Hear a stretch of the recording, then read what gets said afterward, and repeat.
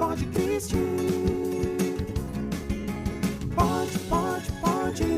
Pode Cristo.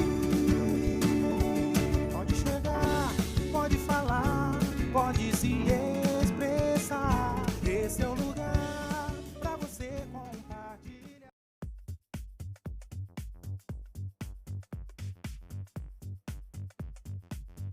Vamos lá, gente. Mateus, o apóstolo. Mateus foi um dos 12 apóstolos de Jesus. Também é o autor do Evangelho de Mateus, isto é, o primeiro evangelho, não é? O primeiro livro do Novo Testamento. Mateus aparece em todas as listas que relacionam os discípulos de Jesus, sendo essas listas estando em Mateus 10, versículo 3, Marcos 5, versículo 18, Lucas 6, versículo 15, em Atos 1, versículo 13. Nós vamos estudar nessa matéria, nesta aula de hoje, quem foi o Mateus da Bíblia, né? Na Bíblia, obviamente, sempre a gente tem alguma informação extra vinda de historiadores e ou vinda de material apócrifo. Lembrando sempre em nossa aula que material apócrifo não pode ser considerado como material sagrado, sacrossanto. Material sagrado é apenas o que está na Bíblia Sagrada. Apesar de Mateus ter sido um dos 12 apóstolos de Jesus, também ter escrito os 4 evangelhos, não se pode encontrar tantas informações biográficas sobre ele. Na verdade, além das listas com o nome dos discípulos, o apóstolo Mateus aparece apenas em outros 2 episódios em todo o Novo Testamento. Vamos falar primeiramente sobre a escolha do apóstolo Mateus. Um dos relatos em que o apóstolo Mateus aparece na Bíblia, além das listas dos apóstolos, descreve justamente a sua chamada para ser discípulo de Cristo. Né? Vamos lá abrir em Mateus capítulo 9, versículo 9. Mateus, isso é uma descrição dele mesmo, né? Ele mesmo escreveu como ocorreu o chamado dele. Mateus, capítulo 9, versículo 9. Vamos sempre andamos um pouquinho antes, né? O versículo antes, né? A multidão vendo, admirou-se e glorificou a Deus que dera autoridade aos homens. Indo adiante, viu Jesus um homem chamado Mateus, sentado na coletoria de impostos e disse-lhe, segue-me. E ele se levantou e o seguiu. Imaginamos nós que Mateus já tinha visto um zum da presença de Jesus ali naquela cidade, né? Você pode perceber que quase todos os discípulos de Jesus são de Cafarnaum.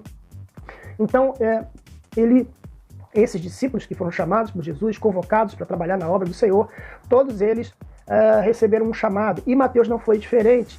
O texto informa que o apóstolo Mateus era um publicano. Então, diferentemente dos outros discípulos que nós temos aprendido aqui, Mateus, ele era um homem de negócios, né? Ele tratava diretamente com o Império Romano, isto é, o Império Romano cobrava os impostos e ele recobrava os impostos aos judeus. Então ele era muito mal visto e malquisto tanto pelo povo quanto pelo próprio Império Romano, porque o Império Romano tinha apenas interesse na cobrança dele. Então era um homem que ganhava muito dinheiro, era um homem de posses. Não somente um homem de posses, mas certamente Mateus teve um destaque quando decidiu trabalhar com cálculos. Não era qualquer um que trabalhava com cálculos naquela época, não é? Não era qualquer um que administrava um negócio financeiro na época. Então Mateus podemos dizer que dos discípulos que seguiram Jesus, o mais inteligente, ou o mais, podemos dizer, culto. Não sei se poderia dizer culto, porque, por exemplo, Paulo era um homem culto, ele era um homem culto, isto é, ele era um homem ligado à cultura, ligado ao conhecimento empírico. Paulo era fariseu. Mas a Bíblia diz que ele era um publicano. Então, o publicano, ele tinha algum conhecimento, tinha algum estudo, não é? Era uma pessoa que tinha algum estudo. Os publicanos eram cobradores de taxas e de impostos a serviço do Império Romano. Essa classe de trabalhadores era desprezada pelos demais judeus, que os reputavam praticamente como traidores do seu próprio povo. Então, acho interessante a forma com que Jesus faz, Jesus chamando pessoas párias, em algum sentido, párias da sociedade, que eram publicanos, lavradores, pescadores, pessoas que não tinham tanto conhecimento, ou quer dizer, que tinham tanto apreço. As pessoas, vamos dizer assim, desprezo. As pessoas poderiam ter desprezo, porque eram profissões não tão importantes para a sociedade, né? E, e os grupos profissionais que a gente tem, que foram chamados, né, eram pessoas que não tinham muito conhecimento, né? De acordo com o contexto histórico da passagem, é possível que Mateus estivesse sob as ordens de Herodes Antipas, o tetrarca da Galileia. Considerado o ofício que desempenhava, o apóstolo Mateus provavelmente era uma das pessoas mais cultas entre o grupo dos discípulos de Jesus, como eu havia falado antes.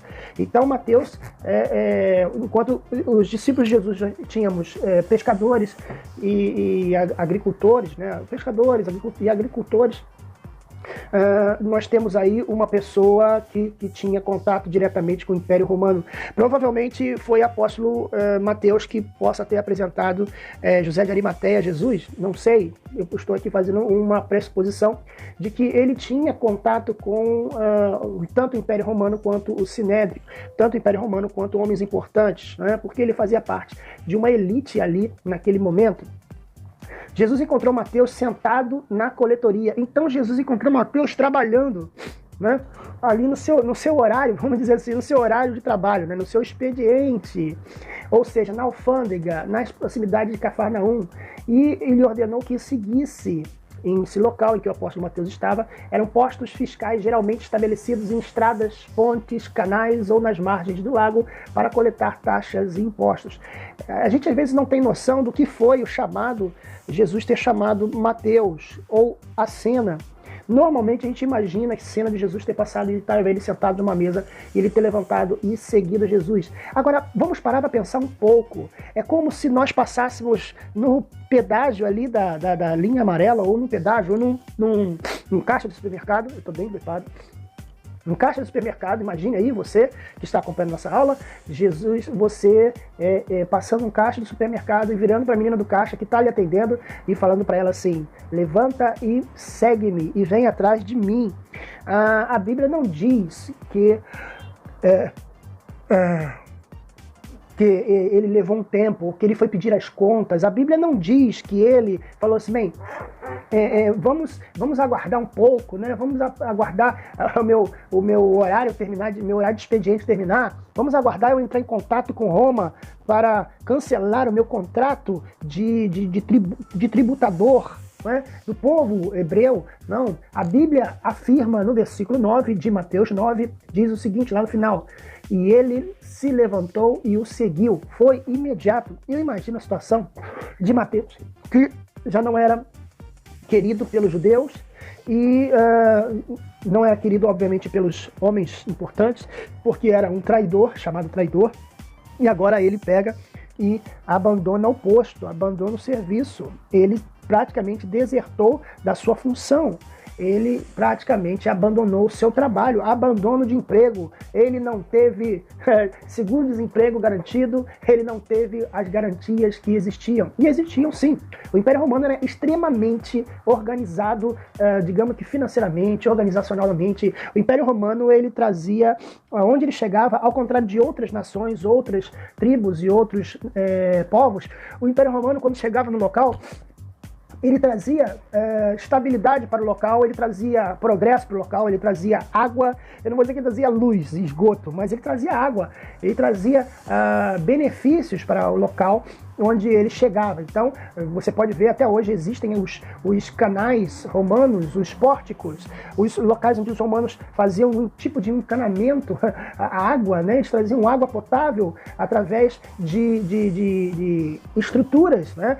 Estradas que estão até hoje lá em Jerusalém, estradas de pedra, caminhos, organizações, pontos também de cavalos poder beber água, né, para os mensageiros que viajavam quilômetros e quilômetros entre Roma e a Palestina. Então Roma, quando chegava no local, ela trazia um certo privilégio, um certo urbanismo, podemos dizer assim. Desculpa. Bom dia, então, Ricardo. Então vamos compartilhar, gente. Compartilhe essa aula lá, copie, compartilhe para todo mundo para a gente poder prosseguir nossa aula. Então, Jesus chamou esse local, é importante. Então agora a situação, imagine a situação de Mateus, que era um homem que até então era respeitado pelos pelos romanos, abandonou o posto. Ele provavelmente passou a ser, podemos dizer, até meio que perseguido, porque ele largou tudo, gente. E eu hoje pela manhã estava lembrando uma canção da banda Rara, que é Deixa Tudo Então Vem, Seja Feliz Também, a música da banda Rara. Um abraço, querido Fábio, lá da banda Rara, lá de São Paulo. Essa canção fala, deixa tudo, ele deixou tudo, gente. Olha, é bem complicado. Agora, um detalhe muito importante em relação ao nome. Então, nós já vimos a profissão de Levi, a profissão de Mateus, nós vimos que ele era um cobrador de impostos, ele era de Cafarnaum, ele estava trabalhando quando Jesus o chamou, e agora nós vamos ver em relação ao nome dele. Da mesma forma que Jesus se dirigiu a Pedro e chamou ele, ele era chamado Simão e Jesus chamado Pedro, da mesma forma que Jesus chamou Tiago e João de filhos do trovão, Boanerges, assim como Jesus chamou, né, Tomé, chamado Dídimo, né, assim como vários discípulos passaram a ter outros nomes, passaram a ser chamados pelos outros nomes, o nosso querido Mateus também teve uma mudança, porque ele tinha um outro nome. Como o nome Levi não é mencionado em nenhuma lista dos discípulos, é amplamente aceito que Mateus e Levi tenham sido a mesma pessoa. Nos evangelhos de Marcos, vamos lá, vamos abrir em Marcos capítulo 2, versículo 14. Marcos capítulo 2, versículo 14, eu informo os irmãos que nós estamos no Zoom também, aqui na câmera desse lado, e você desejar participar, falando alguma coisa, fazendo algum apontamento, você pode fazer isso. Nós já colocamos no link anterior, né, o endereço do Zoom e a live que está sendo realizada aqui nesta câmera. Então, Marcos capítulo 2, versículo 14, mostra um homem cobrador de impostos chamado Levi. De novo saiu para a beira-mar e toda a multidão se achegava a ele e a ensinava. E passando, viu a Levi, filho de Alfeu. Então aí nós temos outra informação importante. Mateus era filho de Alfeu. E disse, segue-me. E ele, levantando-o, seguia. E aconteceu que, estando à mesa em casa de Levi, muitos publicanos e pecadores também estavam com Jesus e os seus discípulos, pois eram muitos que seguiam. E os escribas e os fariseus, vendo comer com os pecadores e publicanos, diziam aos discípulos, por que ele come com os publicanos e pecadores? Tendo Jesus, ouvindo isso, respondeu-lhes, os que têm saúde não precisam de médicos, mas os que são doentes. Eu não vim chamar os justos, mas eu vim chamar os pecadores. Então Jesus, ele tinha um compromisso com aqueles que necessitavam das suas palavras, não daqueles que teoricamente tinham o conhecimento teológico da época. Então Jesus, como eu falei para vocês antes, Mateus ele tinha um contato, Mateus ele tinha uma amizade com o pessoal que era da pesada. Jesus ele queria alcançar o pessoal da pesada, o pessoal que carecia da sua palavra. Então a gente entende, até porque o texto de Mateus 9, versículo 10, mostra que a mesma sequência. Após Mateus ter o seguido, ele conta a história que Jesus, reclinando-se à casa de Mateus, chegaram muitos publicanos pecadores, reclinaram a cabeça sobre Jesus e seus discípulos. E os fariseus, vendo isso, perguntaram, quer dizer, a mesma situação aqui no livro de Mateus. Então a gente entende que Jesus, que Levi era um outro nome que era dado a Mateus. Mais uma vez os discípulos, a Bíblia, as Escrituras, falando de um outro nome dado em alguns casos por Jesus. Deixa eu só levantar um pouquinho essa câmera aqui. Um dos outros nomes dados por Jesus aos discípulos. Logo somos informados que ele era filho de Alfeu. Sabemos também que Tiago, outro apóstolo de Jesus, era filho de Alfeu. No entanto, não há informações necessárias para que possamos afirmar que se tratava do mesmo Alfeu. Consequentemente, que Tiago e Mateus seriam irmãos. Então não existe nenhuma base. A gente pode até acreditar pelo parco conhecimento que a gente tem de quem seria Alfeu, né, se Mateus e Tiago fossem irmãos. A gente não pode afirmar isso. Ainda sobre essa questão de Levi e Mateus, existe a chance de que seu nome principal era Levi, mas que depois de se tornar apóstolo de Jesus, ele preferiu ser chamado pelo outro nome, no caso Mateus, tal como Simão Pedro, Jesus o fez, né? E aí a gente, buscando aqui o conhecimento, A palavra Mateus significa dom de Deus. Dom de Deus é o significado etimológico da palavra Mateus. Eusébio diz que ele... Não, isso aqui eu vou falar depois sobre Eusébio, o historiador Eusébio, falando sobre Mateus. O ministério do apóstolo Mateus. Outro relato em que o apóstolo Mateus é mencionado, além das listas dos nomes dos discípulos e a narrativa de sua chamada, está justamente registrado na sequência do texto em que começa a seguir a Jesus. Na ocasião, o apóstolo Mateus aparece dando uma festa ou oferecendo um grande banquete em sua casa. Essa festa contou com a presença de muitos publicanos e pecadores. E o fato de Jesus estar sentado à mesa foi censurado pelos escribas e pelos fariseus. Quer dizer, existia, vamos dizer que um incômodo dos religiosos da época pelo fato de Jesus ter dado atenção a este publicano, este homem do mal, este homem dos negócios, né? Na ocasião, o apóstolo Mateus aparece dando uma festa, né? O povo judeu era um povo muito festeiro, né? Até hoje, né? Se você vê o povo oriental, né? Do Oriente, né? Tanto o judeu quanto até mesmo o árabe, eles são muito calorosos. Então, o povo realmente era um povo festivo, gostava de celebrar festas. E Mateus não fez diferente, né? Fez uma festa para agradecer a Deus e trouxe todos os seus amigos. Esse é um caráter evangelístico já de um homem convertido, já chamar os seus amigos para ouvir a mensagem do Salvador, não é? Ele contou com a presença de muitos publicanos, pecadores, e por isso que ele foi censurado pelos religiosos da época.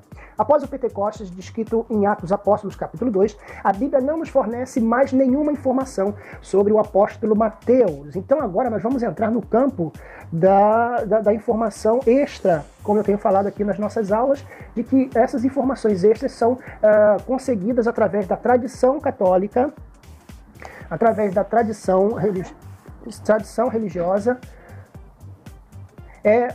compartilhado através da tradição religiosa e através tá vendo? Não posso ser interrompido, porque eu perco a minha linha de pensamento. Através dos historiadores. Então a tradição católica, através dos historiadores, apresenta essas informações, né?